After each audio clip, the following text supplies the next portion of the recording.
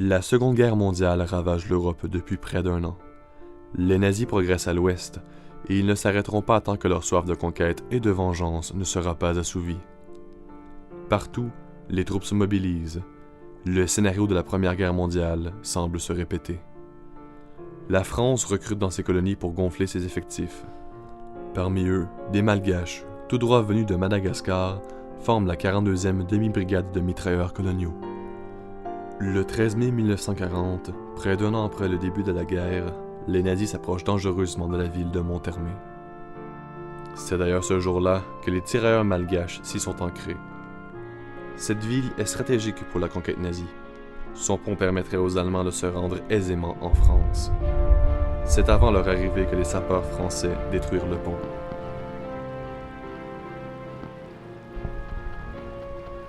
Dès que les nazis parviennent sur les rives de la ville, ils s'empressent de construire un pont de fortune qui se fera détruire bien rapidement par les Français.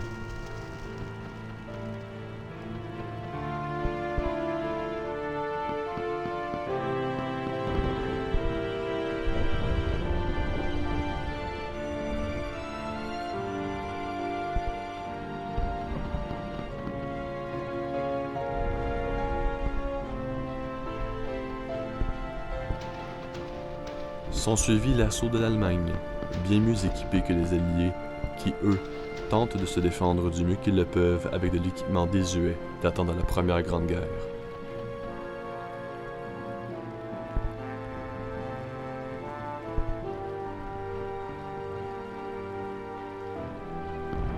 Monthermé n'est plus que ruines, feu et sang. L'aviation se mêle même du combat, pilonnant les Français coincés au sol. Les Stuka, élite de la tristement célèbre Luftwaffe, déversent un torrent de mort sur les Alliés avec une précision sans faille.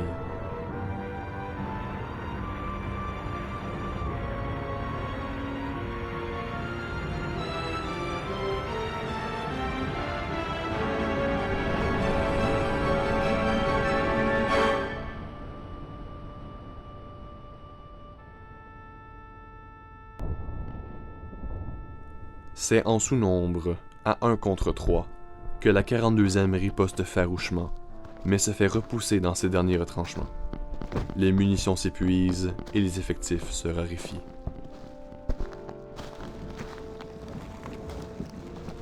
C'est en refusant de plier sous la pression allemande, en refusant de laisser l'envahisseur progresser et de conquérir leur pays, que le 15 mai 1940, la 42e demi-brigade de mitrailleurs coloniaux voit ses derniers combattants s'éteindre sous les balles, les obus, l'infanterie, les chars et l'aviation.